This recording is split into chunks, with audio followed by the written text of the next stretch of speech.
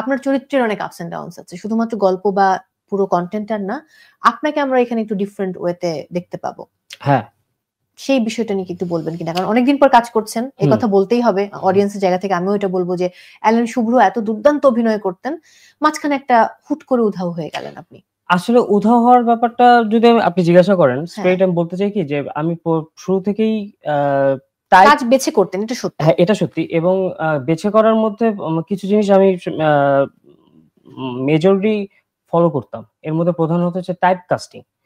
ধরুন যে সাপোজ আমি টার্মিনেটরে একটা ক্যারেক্টার করলাম, সেটা অনেক হিট হলো।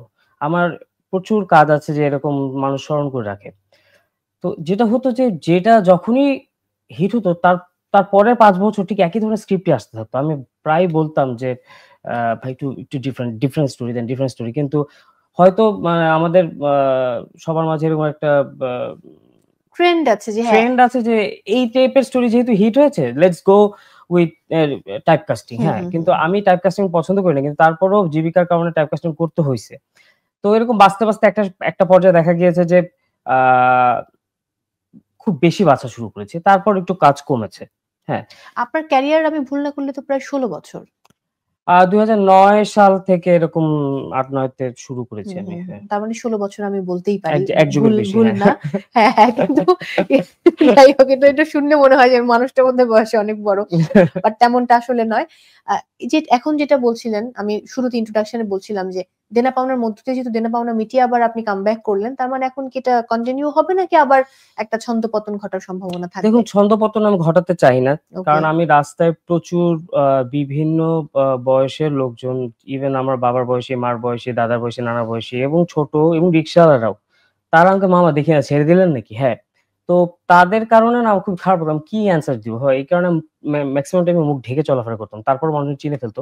তো আমি তাদেরকে অনেক কাজ কামব্যাক করার সিদ্ধান্ত নিয়েছি, কিন্তু পুরোনো অভ্যাস আমার এখনো আছে, আমি কাজ বেছেই করব।